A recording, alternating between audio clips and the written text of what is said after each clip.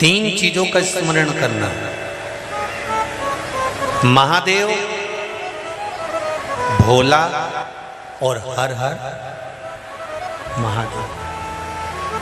इन तीनों का उच्चारण कहां कहां पर करना चाहिए वो समझिए जरा। अभी तक जितनी भी आपने शिव पुराण सुनी होगी उसमें हमने ये वर्णन नहीं करा।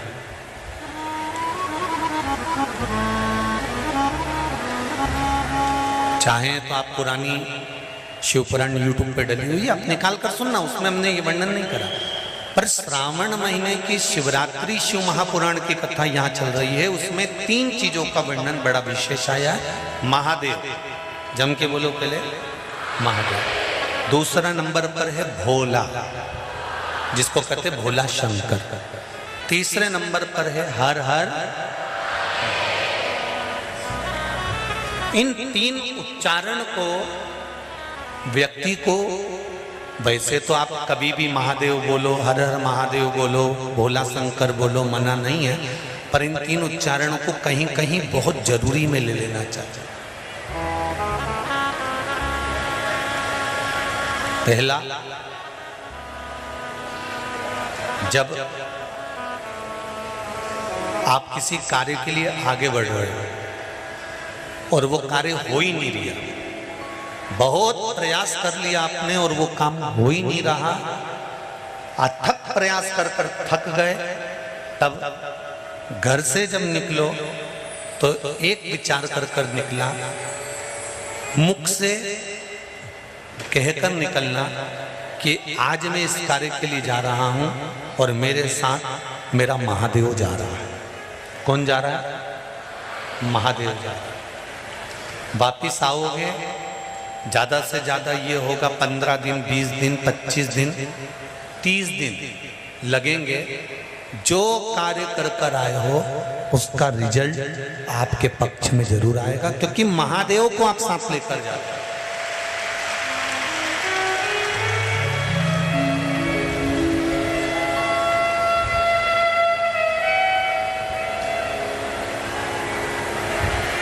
अगर हमने किसी की निंदा कर दी है, हमने किसी की निंदा श्रवण कर ली है, हमारे मुख से हमने अपशब्द कह दिया, हमारे मुख से हमने किसी को ताना दे दिया, हमारे मुख से हमने किसी को गाली दे दिया, हमारे मुख से हमने किसी को आड़ा टेढ़ा बोल दिया, तो दिन भर में कम से कम 3 बार या तो गंगा जी का स्मरण कर लेना चाहिए, हर हर गंगे, या फिर नर्मदे कम से कम 3 बार, या तो गंगा जी का स्मरण कर लेना चाहिए, हर हर गंगे, या फिर नर्मदे हर, और अगर ये भी नहीं कर सकते तो हर हर महादेव।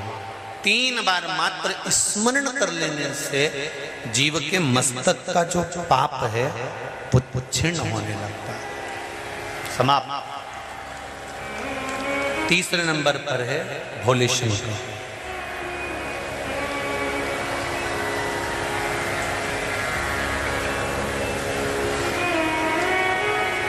बहुत तेज क्रोध आ रहा,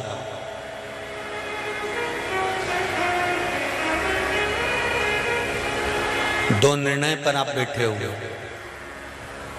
एक मन कर रहा है इस लड़के से शादी करूं कि इस लड़के से शादी करें, इस लड़की से ब्याह करें कि इस लड़की से ब्याह करें, किराने की दुकान डालें कि जनरल स्टोर डालें, इस जगह पर नौकरी करूं कि इस जगह पर नौकरी करूं। उस समय पर जब 2 नाव सामने खड़ी है और एक नाव पर सवार होना है, उस समय पर एक बेलपत्र लेकर, भोले शंकर का नाम लेकर, एक बेलपत्र लेकर, भोले शंकर का नाम लेकर बेलपत्र के पेड़ के नीचे ही रखकर निर्णय ले लिया करो, वो निर्णय तुम्हारा सफल होगा, कभी भी निष्फल नहीं। एक बेलपत्र का बल कितना प्रबल है, स्कंद पुराण भी कहती है कि बेलपत्र का एक पत्ता, मात्र केवल एक बेलपत्र का पत्ता हमारे जीवन में सुख प्रकट कर देता। कोई उपाय बताया कि तू ये कर ले, और उसने वो करा और उसका काम हो गया। और तुम वो उपाय 4 बार कर चुकी तो तुम्हारा काम नहीं हुआ। कभी कभी होता है ऐसा, ऐसा नहीं है कि नहीं होता। उसका कारण क्या होता है? मन में विश्वास की जागरूकता,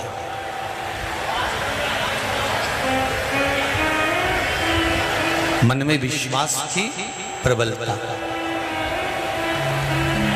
जिसको आपने बताया उसने आपकी वाणी पर विश्वास कर लिया, और विश्वास करने के बाद उसने वो उपाय कर लिया। पर हो सकता है हम मंदिर जा रहे हों, हम देवालय जा रहे हों, हम नर्मदा जी के घाट जा रहे हों, हम प्रयागराज जा रहे हों, हम भगवान के मंदिर पहुंच रहे हों, उसके बाद भी हमारे भीतर इतना विश्वास जागृत नहीं हुआ। मैंने तेरे ही भरोसे, ओ बाबा तेरे ही भरोसे, हवा बिच उड़ती जावांगी, बाबा डोर हथो छड़नी ना में कटी। पार्लर से आए और पानी गिर जाए तो जैसी थी वैसी की वैसी हो जाए।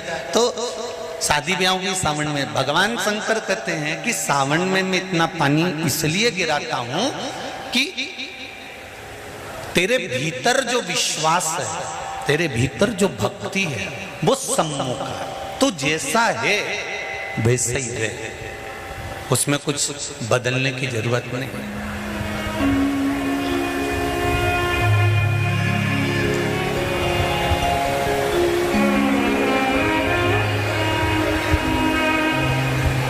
हम बहुत सारा चंदन लगा लें, माला वाला पहन लें, और शंकर जी के बहुत बड़े भगत बन के बैठ जाएं, तो भगवान शंकर कहते हैं ऐसे भगत बनने से कुछ नहीं होगा।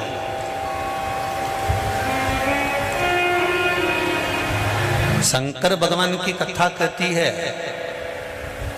तू तेरे घर से निकल कर आ, विश्वास लेकर चल, एक लोटा जल तेरे घर से जब तू लेकर चले तो ये विश्वास लेकर चलना कि मेरे घर की पूरी टेंशन, पूरी चिंता, पूरी समस्या, पूरा दुख मैं बाबा को समर्पित करने के लिए जा रही हूं। उसका है तो उसको देने के लिए जा रही हूं। पति कहती है बाबा, हमारे शास्त्र कहते हैं, हमारा धर्म कहता है, हमारे वेद और पुराण कहते हैं, जितने कदम चलकर हम भगवान के मंदिर पहुंचते हैं, जितने कदम चलकर हम संत के दरवाजे पहुंचते हैं, जितने कदम चलकर हम शिव महापुराण की कथा तक पहुंचते हैं, उतने अश्वमेध यज्ञ हम अपनी जिंदगी के कर लेते हैं।